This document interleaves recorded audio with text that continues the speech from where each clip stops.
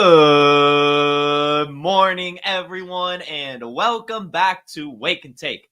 It's your boy Jason, and we've got some football to talk about today. Today, we're just going to break down some news stories. We've got the official news that Nix and Jayden Daniels will be the starting quarterbacks for their teams on week 1.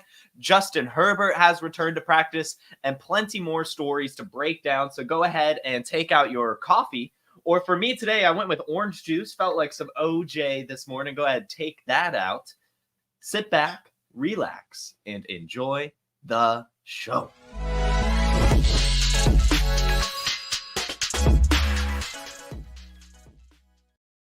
I'm really not going to lie. Orange juice tastes so good.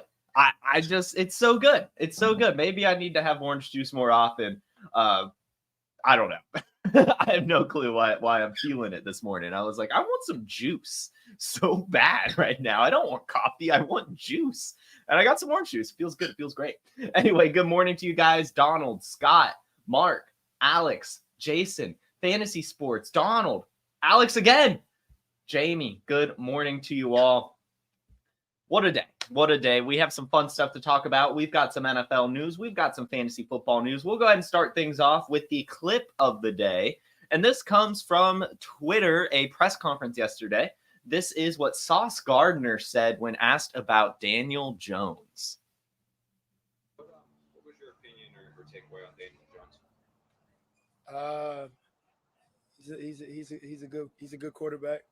You feel me? I thought I was about to pick him off today. I had a little cloud rep. You know, he had looked at the last minute to try to throw the check down to Wandale. You know, I thought I had to pick, but he kept it.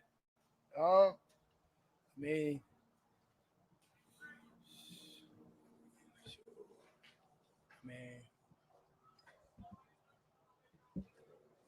the competitive periods, it was very competitive, man. It was great. Like, I had fun out there today, you know. I don't really know what to say. So basically, he's just asked how Daniel Jones has been throughout practice, and he's trying his best to be complimentary. He at least said he was a good quarterback, but you could see in his face right here. I mean, the whole time he's talking, he's kind of just smirking. Like, you can see the smile. Like, he is just holding back what he actually wants to say about Daniel Jones. So I just thought it was a fun little clip. I hope you guys enjoyed it too. All we can really say about it is that we already knew for a fact and know for a fact that the Giants will not be long-term committed to Daniel Jones much longer. And I just want to again emphasize that there is an injury clause in Daniel Jones' contract. If he gets injured this year and cannot pass a physical into 2025, then he will get the rest of his contract guaranteed and just get that money. I really do think the Giants want to avoid that. I think that's partly why they were so invested in quarterback this year. But also, you know, he was just plain up bad last year. Just straight up bad last year, mostly due to the offensive line. I'll give him some credit there. A lot of that's going to come from the offensive line. But still, this he had one good year. He made his bag, and now it's all over. You really can't bet on Daniel Jones in Dynasty. I'm going to be honest with you. I wish you could. He's, you know, a nice guy, he seems. Good little quarterback. Good little quarterback may have been a step too far. He's a quarterback, but he's not the answer for the Giants at this time. So it is all over for Daniel Jones, I think. And just to hear Sauce Gardner kind of mince words is what we'll say. Then that's just the issue. Mike's calling me Boomer Tech. My USB cable for my camera is just loose, and I don't know why it comes unplugged all the time. Like, I think I accidentally bumped the cable and it goes. But yes, I am still using. Fun fact, this computer I use is 8 years old. Is that right? 8 years old. 7 years old. This is a 7-year-old computer. So yeah, we have some issues, but I upgrade it here and there. We're good to go. We're streaming. We've been steady streaming this thing for 2 years now. We've had no issues for the most part. We're good. We're chilling. But yeah, this is a 7-year-old computer, but it's a hand-built desktop. It's got lots of RAM. It's got a good enough graphics card. It's got a good enough processor. It is just old. But it works. It works for what we're trying to do. So anyway, that's the Daniel Jones clip from Sauce Gardner. Let's get into the actual news, and we'll just start things off with Bo Nix. Bo Nix has officially been named the starting quarterback for the Denver Broncos. We already knew this would happen. There was like a couple days where we thought, oh man, Jarrett Stidham might be the starter for week 1. But we definitely knew that Zach Wilson wasn't going to be the starter. And we pretty much all knew that Bo Nix was eventually going to be the starter too. And that's why we kept saying here to try to acquire Bo Nix before it comes official, because he is going to be good. I am very steadfast in my opinion that all the quarterbacks got the right landing spot for their skill set, and they will be pretty good for our fantasy teams. I have been wanting them all. And it's every single one is trending in that direction. It really, really is. And Bo Nix is one of the more, NFL ready quarterbacks. He really is. I mean, you don't throw 45 touchdowns and only 3 interceptions in the Pac-12 last year if you're not at least sort of NFL ready. And we've seen in his 2 preseason games, and go ahead and keep a lookout for this tonight on the Player Profiler Twitter. But in his 2 preseason games, he has 116.7 passer rating, which is second amongst all quarterbacks in the preseason. He has a 76.7% completion percentage, which is also second best amongst any of the quarterbacks in the preseason. He has 205 pass yards off those 30 pass attempts. He has 2 passing touchdowns. He hasn't thrown a single interception. He hasn't been sacked once. And he also has like 20-something rush yards to boot, just getting a few extra scrambles here and there. He has really been a very good quarterback throughout preseason, and I'm very excited to see how he develops through the year. Now, am I, saying that he's going to be a top 15 quarterback? I don't think so. Like, I still think that might be a touch too far. But in our super flex leagues, like, there's going to be weeks where he is good. But again, this is the Denver Broncos we're talking about here. They're not going to be a very good team. Bo Nix might get some fantasy points in garbage time because of that, but it is still going to be very tough sledding for him.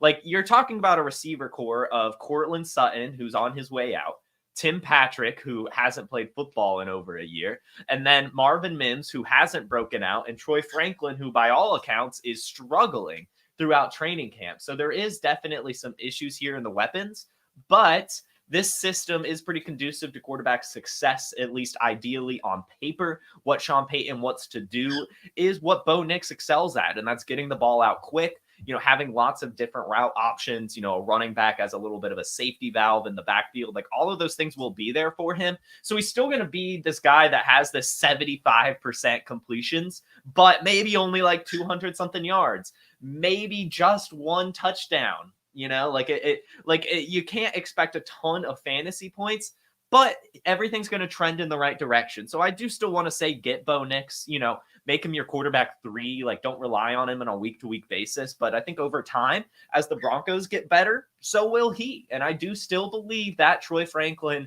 will develop. It's seeming that it's going to take a little bit more time, but just the fact that these guys already have a little bit of a connection together, I do think will help not only Bo Nix, but Troy Franklin as well as they get acclimated to the rest of the NFL. So I don't believe he's starting next week in the preseason as a result of this news. I think this is done.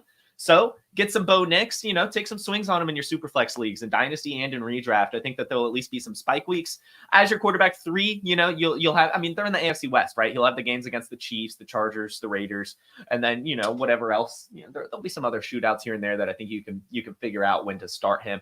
And again, he'll still probably get some garbage time points. I would say like a Gardner Minshew floor almost, which is not too bad. A Gardner Minshew Colts floor in terms of like a points per game, like 14 to 15, which is not terrible. Just I don't see too much ceiling coming from him, at least on a week-to-week basis, but still very excited to see him get this starter job. Even if we all already knew it would happen. So still try to get him. Like, I don't think that obviously his preseason has inflated his price a little bit. He's played well and now officially the starter, but still not enough. Like, when you're talking about being able to acquire a young quarterback in dynasty, a rookie quarterback in dynasty, albeit, and they're still ranked outside the top 20 dynasty quarterbacks, I still think that's a value, because it is impossible to get young quarterbacks in superflex leagues. And so just get it. Just bite the bullet. Even if you don't believe in Bo Nix like I do, just do it. Let him prove you wrong. Because again, you can't get young quarterbacks in superflex very easily, especially starting quarterbacks on a team that is growing ever so slowly, but eventually growing. Get yourself some Bo Nix, and you'll be happy about it later. The other rookie quarterback officially named the starter, and to be honest, I thought this happened already. I'm not even going to lie to you. I guess I'm not as tuned in as I thought, or perhaps it's just been so foregone of a conclusion that we never really waited for the official report. But Jayden Daniels is officially the starter. And I'm not going to go on a long rant here like I did with Bo Nix. I don't think there's much to take away. He's probably accurately priced, but even then, I would still recommend buying him in Dynasty, given what he could bring in terms of upside. He's still pretty expensive to acquire, but you can take like a Brock Purdy and not add too much to get to Jayden Daniels. I think that could be fun, at least in terms of upside. Maybe a Tua or something like that, like another quarterback that's more of a pocket passing guy. That you can not add too much to be able to get yourself into the Konami code land of Jayden Daniels. He's still going to have the injury concerns at his size and frame, but he's just so electric. He's shown in preseason very, very good passing as well as really good scrambling. We know he's going to score a ton of fantasy points. So I do want Jayden Daniels, especially in redraft. I've been taking lots of swings on him. He's pretty easy to get in the middle to late rounds of drafts, especially in single quarterback leagues. And with that Konami code upside, it's really, really nice. And of course, with him, you can stack him with Atlanta Falcons for that week 17 correlation. You know, your boy likes that. I get Bijan, I get Pitts. And then it's like, oh, I'll just get Jayden Daniels and Kirk Cousins towards the end as well and keep that correlation going. So either way, Jayden Daniels officially the starter. He's going to be good. He's going to score a lot of fantasy points. Get him while you can, because I wouldn't be surprised if he does like go out and score like 30 points week 1 and then he just skyrockets up in dynasty rankings. I really wouldn't be surprised. Is that likely? No. But I mean, like, this is Jayden Daniels we're talking about, coming off a Heisman campaign, more than just being a mobile quarterback. Like, he's a really good passer as well. Like, he has all the tools to be a true stud. So I honestly recommend buying him too if you can. Especially if you can tier up into him. And if you have Caleb Williams, I really like taking Caleb Williams and getting Jayden Daniels plus as well. I know it's risky. I know it's scary, but that upside is nice. They're both young, and you can get a nice little cherry on top, I think, to close that gap. And interestingly enough, there still hasn't been a quarterback named the starter in New England. We think and thought that it was going to be Jacoby Brissett. But it's really never been set. It's always been right now. Jacoby Brissett is in the lead to start week 1, but it's still very much a competition. And while Gerard Mayo has come out this week and still said that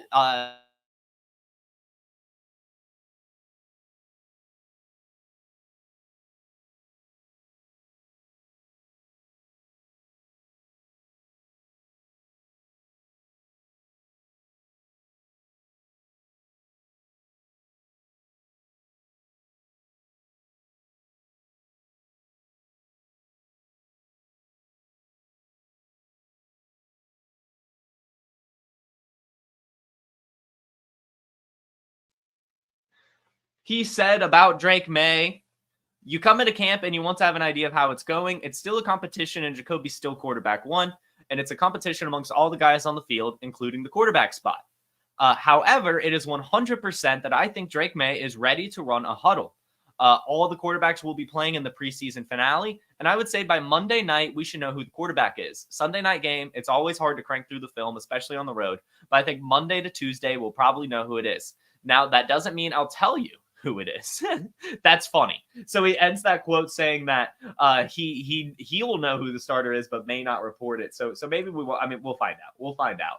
And it's probably gonna be Jacoby Brissett, like probably at least like for 1 year or 1 game or 2. But again, I am still pretty steadfast in the belief that this is a lost season for the Patriots. And while it does make sense to try to protect your rookie quarterback as much as possible, there's not much of a reason to protect Drake May here. Like, there's just not. Not only is he like the type of quarterback that can do a lot with a little, but also, what are the Patriots going for? Like, they are trying to develop Drake May, and I know that it might blow confidence or whatever in the first year, but like, I think that you can set expectations with him too. Like, you can just say, like, Drake, we want to develop you.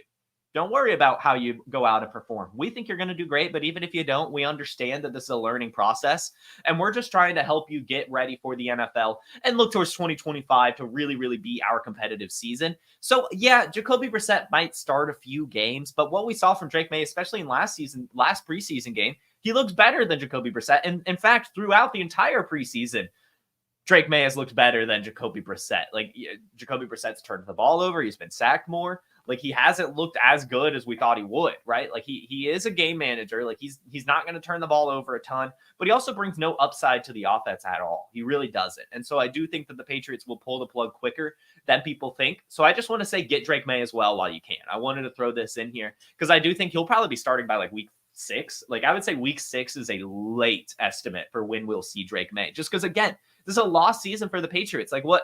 They want to sell tickets. They want to pump some excitement into the stadium. And the best way to do that is to throw your new rookie quarterback out there. He has the intangibles. He has the arm. You know, like, obviously he still needs to work on some footwork, processing, everything like that. But what rookie quarterback doesn't? Give him just like 2-3 games really to watch Jacoby Brissett. And I don't even think you need to do that many. And then just throw him out there. And if he sucks, he sucks. But it really doesn't matter because you're losing anyway. Like, like what's going to happen here is Jacoby Brissett's going to go out. He's going to start a few games. Then he's going to lose all those games. And then Drake May's going to go in there and, maybe keep him competitive, really. Like, I wouldn't be surprised if Drake May kept him competitive. There'll be some nice explosive plays and fun stuff like that. Like, he's fun to watch. He's a Josh Allen type quarterback. Is he Josh Allen? No. But, he's got the big body. He has some of the wheels. He has the cannon for an arm. He's got the gunslinger mentality. Like, that's what the Patriots want to see. It is at the end of the day. And so I do think, again, that Drake May will start a lot sooner than people are expecting. So I do say get him in redraft, get him in the fast draft Origins tournament, get him in Dynasty as well while you still can. If you could take a JJ McCarthy, for example, and get a Drake May, just do it. JJ McCarthy's already out for the whole season. You'll get some points out of Drake May this year. You probably can't do that anymore, but it's at least close enough to where it might be worth pulling that kind of trigger. Or like a Deshaun Watson. Take a Deshaun Watson, see what you could add to get to the Drake May sweepstakes, because that dude's ceiling is also really, really high. And it just seems that he's going to score fantasy points whether we like it or not. Now, there's some other updates on the New England Patriots while we're here, and that is the wide receiver group. So far, Javon Baker seems to be the odd man out of the starting group. Javon Baker still isn't making plays as regularly as he was at the start of camp and seems to have fallen out of the top wide receiver rotation. Based on his practice reps, it doesn't look like he'll have a big role in the offense once the season starts. Goes on in recent practices, a top unit of Tyquan Thornton, Jalen Polk, and Demario Douglas is emerging. KJ Osborne should be mixed into the group as well, and Kendrick Bourne will likely be a starter when he comes off the PUP list. The new coaching staff seems to be fans of Thornton's game. Now, as the resident Tyquan Thornton fan, don't read too much into this. I love Tyquan Thornton. You guys know it. I've said I'm drafting him in best ball. I recommend drafting him at best ball. Hearing this quote is not changing that. Tyquan Thornton is still a best ball receiver this year. Now, maybe in 2025 or something, he could end up being something. But let's face it, he's a field stretcher. He's a really, really fast wide receiver, and he's pretty explosive. And that's what he's going to be used to do. Like, they're not going to make creative plays for Tyquan Thornton, really. Like, he might get some jet sweeps here and there, but he's a speedster through and through, which is good for best ball and especially great for Drake May. We saw Drake May and Devontae Walker connect time and time again. Drake May's got an incredible deep ball, which is why I wanted Tyquan Thornton. I've been saying is eventually when Drake May comes in, I do think Tyquan Thornton will become a little bit elevated with Drake May's cannon of an arm. Like, he's going to be utilized, but it's still going to be spike week dependent, and you're never actually going to feel too comfortable starting Tyquan Thornton. Jalen Polk's really good. Demario Douglas is a target magnet. And I still think while it seems that Javon Baker's going to take some time this year, that he will end up being a part of the starting rotation by the end of the year as well. Like, he's also a true dog. And there's just not enough volume for Tyquan Thornton to feel like super comfortable starting him in a week-to-week basis, even in flex, even in some of these deeper leagues. Like, it's just not worth it. Yes, he's going to get some deep shots. Yes, he'll probably have some 2-touchdown games really throughout his career, at least. Like, he already has one. He has a rushing and a receiving touchdown in the same game as rookie season. But again, he's just a field stretcher on a pretty bad offense too. Like, it's like, I don't think like Tyquan Thornton is going to be like sneaky getting open on deep shots. Like, the teams will be ready for them to be chucking it deep because they're going to be playing from behind. So either way, I mean, if you're in a deeper league, definitely get Thornton. And if you want to take some round 18 shots on him, I don't mind. But don't go like breaking the bank for him. Don't get too excited about hearing that he's on the starting unit. He was always going to be a starter receiver. There's no wide receiver on the Patriots that runs faster than a 4.4. It's Tyquan Thornton, who runs a 4.29. Like, that's why they have him there. It's to be the speed guy. There's no one else on the team that's fast. That's why he's starting. He was always going to be starting, but it doesn't mean that he's going to have 100% snap share or even close to that. Like, he's just going to go in to stretch the field, which is fine, but just don't get too excited about it. Even as the Tyquan Thornton stan, I love the guy. I love speed. I have an addiction to it. These are my types of players. I've played too much Madden in my life to not like speedy wide receivers, okay? I get it. I understand it's a fault of mine, but that's why I'm trying to be reasonable here as well. Get him in 18th round of best ball, pick him up in your super deep dynasty leagues, and just keep him on the bench just in case. But at best, it's going to be a 2025 kind of play with him. Now, speaking of players I'm a massive fan on, Jelani Woods. Jelani Woods is breaking my heart again, to be completely honest with you. Missed all of last year with a hamstring injury, and on track to miss all of this year with a turf toe injury. Harry Snowman does come in right at the same time. We manage a team together, and the amount of times I have asked him for us to get Jelani Woods on our team, and him to just say, no, he has a degenerative shoulder injury. You know, he's injury prone. You know, that's his baseline. And I was like, no, no, he's athletic and awesome. He just had, bad luck. No, he does still have bad luck, and I'm not giving up on Jelani Woods. I'm not going to do it. He's my truther for a reason. Is this pouring some cold water onto the hype? Yes.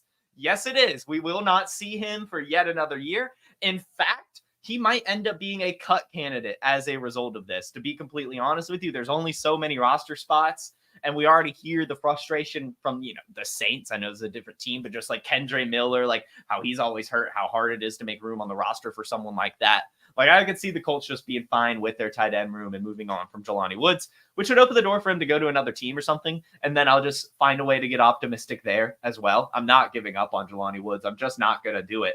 Unfortunately, I just can't quit him. I just can't. But I am quitting him this year. It seems he is not playing. He is getting, not only does he have turf toe, which, some players, whether they play through or maybe just get like kind of a smaller surgery or whatever. He's just getting a full surgery and is out indefinitely. And it seems to be a 3 to 4 month recovery window. Yeah, it's got to be the whole season. He's going to be out the whole season. And we will have to look till 2025 to finally see some Jelani Woods action. And you know what will happen in 2025? He's going to have another injury. I already know it, but I don't care. I don't care. We're still rostering him in Dynasty, and we're still crossing our fingers and toes and just hoping that he'll inevitably stay healthy and have a good season at some point. The good news here, the silver lining here, is he doesn't take a roster spot. Just throw him on your IR and worry about it next year. Oh, I hate it when players I like get hurt. I mean, I hate it when any player gets hurt, but I especially hate it when it's a Jelani Woods type. Just a player that I really like, that's a sleeper, it just, you want it to happen. And then the only thing that keeps it from happening is an injury. Like, this guy has shown us when he's on the field, he can produce. He's shown it at the NFL, not just in college. Like, he showed it. So I just want to say,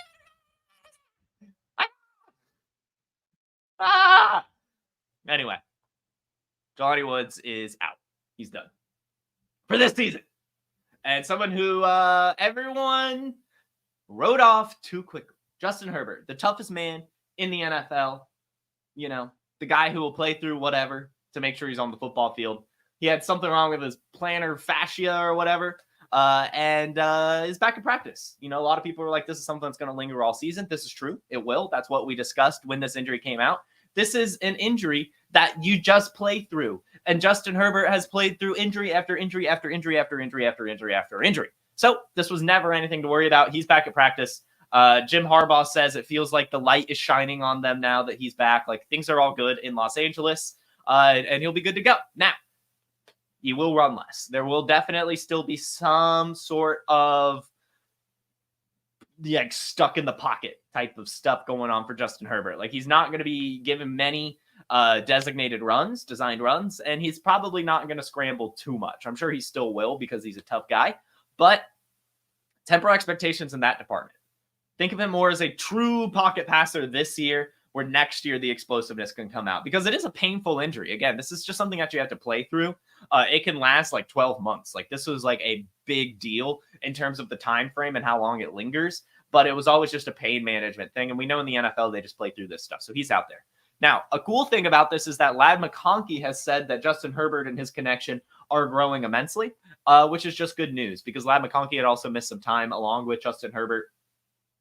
So yeah, Ladd McConkey, Justin Herbert connection getting strong. Ladd McConkey mentioned specifically that he likes the fact that Justin Herbert will throw him open. Like, sometimes he feels like he's covered, but then the pass comes from Justin and it's just perfectly placed where he's able to get it. So it sounds like good things are coming that way. Sounds like Justin Herbert is still one of the best quarterbacks in the league. And why I still say get that man, an incredible value right now in fantasy football. Really, just one of the best quarterbacks in the league, but like quarterback 18 or something ridiculous. Like, come on, guys. Come on. Like, this is a guy who has had 4,000 passing yards every single year, or at least been on pace for 4,000 passing yards every single year. Last year, he was on pace before getting injured with just Keenan Allen. Like, this is an incredible, incredible quarterback. Get Justin Herbert at all costs. Now, another player returning to practice is Joe Mixon. He had some sort of quad injury, I believe it was. He is back at practice, and the quote from D'Amico Ryans is that there's no limitations. He is full go, ready to go. Joe Mixon, season is here, which is honestly encouraging news. It was very quiet. We just hadn't heard any updates. All we knew he was out. And given his age and injury history, I myself at least was getting pretty concerned that this was going to have to be a year without Joe Mixon. But to see him back, see no limitations, to also hear that he's practicing really well, getting like already up to full speed, is exactly what you want to hear. Now, he is still old with a little bit of an injury history, so you still want to handcuff him. Still looks like you'll want to roster Cam Akers. But it seems that Joe Mixon is, going to have a pretty stronger hold on this backfield much quicker than some assumed. Like, I thought he might miss like 1 or 2 weeks. Not too many, but like 1 or 2. And we might see something. But no, he's out there. Good to go. Joe Mixon season is here. Very excited to see it. I mean, think about what we saw from Devin Singletary in this offense last year. Now it's Joe Mixon, one of the better all-purpose backs in the league. I'm pretty excited about what he can bring. I understand he's on the twilight of his career, but still, all he's done throughout his career is produce for fantasy, and this year should be no exception. He didn't lose much value with this, so there's not really much of a victory lap or celebration here. Like, he kind of just stayed about where he was. But still, Joe Mixon, he's back. Good to go. That's good news. And someone who is not good to go, someone who's hurt right now, Brock Bowers. Brock Bowers has a foot injury, was held out of the last preseason game, hasn't practiced since last week, still not practicing this week. But Antonio Pierce has come out and said that he does expect Brock Bowers to be ready for week 1, and just said that this is a foot injury that they want to protect him from, and that a lot of the holdouts here are just precautionary. So we'll just have to take the man at his word. It is still concerning given that Brock Bowers is, I hate to say the word tweener, but that is kind of what he is, given he's 6'3", 240 pounds. Like, he's a little bit above that. I understand that, but he is in the, at only 6'3", he is in the territory of a tweener. He just is. And so to hear him already pick up an injury this early in training camp, or not early in training camp, but this early in the season, it is a little concerning, but it should be fine. Like, he's still a really, really good athlete, and he's going to be good to go week 1. It would just be like, basically, think about it this way, and we haven't, this has been the take here on Wick and Take anyway. There's going to be another buying opportunity for Brock Bowers, whether it be him not meeting expectations or an injury. Either way. Right now, he's hyperinflated because of hype. He's going to lose a lot of that steam. He just will. That's just how fantasy football works. So definitely don't have him right now on your roster. You probably can't offload him now because of this injury, but just hold on to him if you already have him, and definitely don't be buying him or drafting him. This is one of those things where you've just got to let it play out. We really have no idea how the Raiders offense is going to look. We think it's going to look fine. I'm a fan enough of Gardner Minshew. I think that they'll be able to be productive, but I think a lot of that's just going to be Zamir White and Devontae Adams, really. Brock Bowers and Michael Mayer both being here and there. I don't think there's going to be much of a ceiling for Brock Bowers, especially as a rookie. I think we've just been spoiled by Sam Laporta and Kyle Pitts' rookie season. Brock Bowers, I understand, is a different athlete. Very athletic tight end, one of the better prospects we've ever seen, but still, it's just not a good enough landing spot. On top of him now picking up this injury, I would rather let him be someone else's problem, which I understand is hard to do with a player like this, but that's just where I'm at when I look at Brock Bowers right now and his value. He could be someone else's problem, to be completely honest with you. And someone you do not want to let be someone else's problem is Jacob Cowing. And I firstly got to apologize. On Monday's episode, we did a whole preseason winners thing, and I legit put Jacob Cowing on the show sheet, but I guess I just skipped over him somehow and forgot to talk about Jacob Cowing. But he had like 5 receptions for 50-something yards in the 49ers game, had one really, really big chunk play. And this is great news. You guys already know it. At the draft house in Detroit, I said that Jacob Cowing was going to be a better receiver than Ricky Pearsall for this team. And I've been steadfast with this all offseason. Jacob Cowing is a very good receiver. He's, Tank Dell-esque in that he's undersized, but an incredible route runner, a mega producer in college, and very, very good hands. So I'm very excited to see what he can be in San Francisco. And with Ricky Pearsall, apparently, I missed this. Pearsall has another injury. He's been out, he returned from his hamstring injury, and then a couple days later picked up a shoulder injury and has been out the last few weeks. I was wondering why it's been so quiet, how I missed that. But yeah, we're going with some more anti-Pearsall propaganda. It has been all offseason. I just don't get it. I have no idea how we got first-round draft capital. I really don't. I really, really, really, really don't.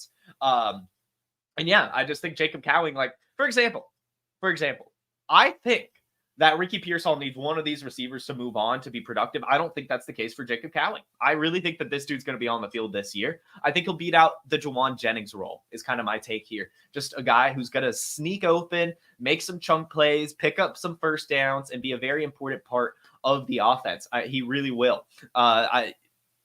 Just look up his stats, and he's coming out late, which obviously is a little bit of something wrong for dynasty value, and that's why he got drafted late. But that also just means that he is truly understanding of football. He's up to game speed. He's good to go. He's got the reps, and we've seen it time and time again in college.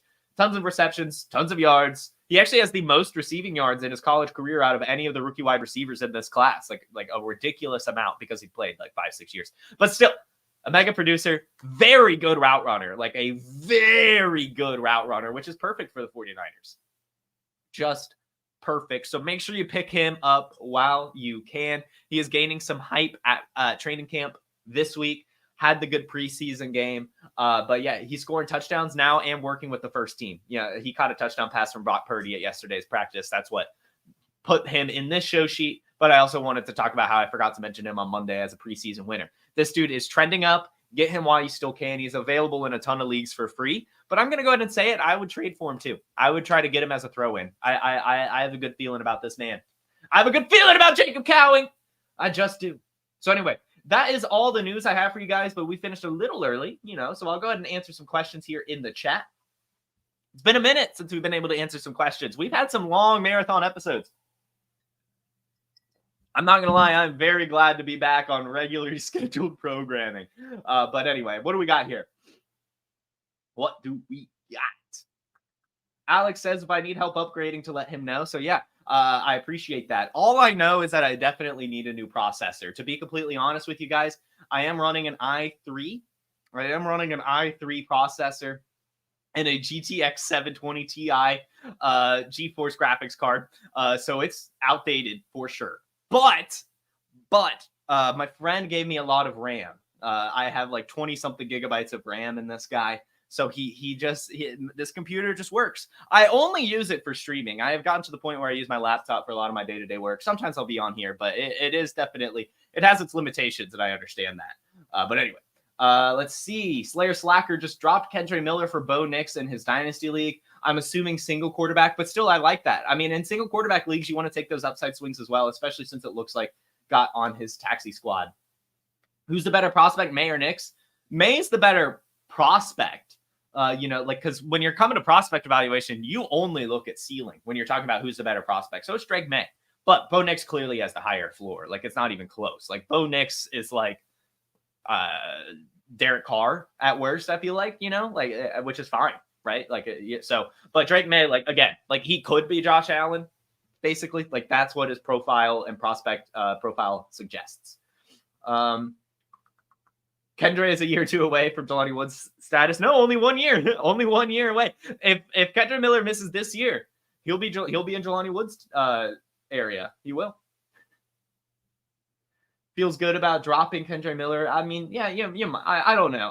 I am worried that we're kind of overrating what the coach has said in New Orleans. Like, there's still not a lot of bodies there. Like, they still kind of need Kendre Miller. So I still wouldn't be surprised if he ends up being out there. I don't think he's going to be a cut candidate, to be completely honest. I'm not buying into Kendre Miller cut rumors, to be honest. Let's see. You ended up tanking, and you got Kincaid, Jerome Ford, and Rashee Rice as keepers. Nice. Those are good in those rounds, especially 12th round Rashee Rice. Nice stuff. Cool. I think CMC will go 1 and 2. Would you take Jamar Chase, Hill, or AJ Brown at 3? Jamar Chase, easy. Easy. Any word on Keelan Robinson? I have no word on Keelan Robinson, to be honest with you. I have no word on Keelan Robinson. In fact, I don't even remember what team he got drafted to. The Jaguars. Okay. Yeah, absolutely no news on him, I don't think. Yeah. I haven't heard anything. Take Bigsby, Dearness Johnson, those guys are kind of making the noise in Jacksonville right now.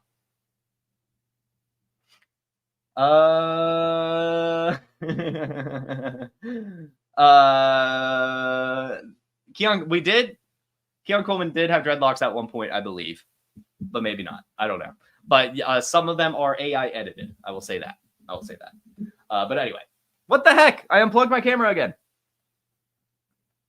That should do it, everyone. Maybe, if this puts me back on. Maybe. Anyway, I answered all the questions, and we are good to go. So make sure you guys are playing Fast Draft. Make sure you hit that like button, and make sure you subscribe for some more Wake and Take Player Profiler stuff going on. You all have a terrific Thursday and a wonderful rest of your week. Peace. From the Podfather to you, I deeply appreciate you tuning in. And many ask, what can I do? What can I do to help support the hosts, the research they do, the production costs? Go to PlayerProfiler.com, Dynasty Deluxe, World Famous Draft Kit, Rankings, DFS Dominator, and of course, Data Analysis. Subscribe to any one of those, and you support all of us and take Player Profiler to the moon.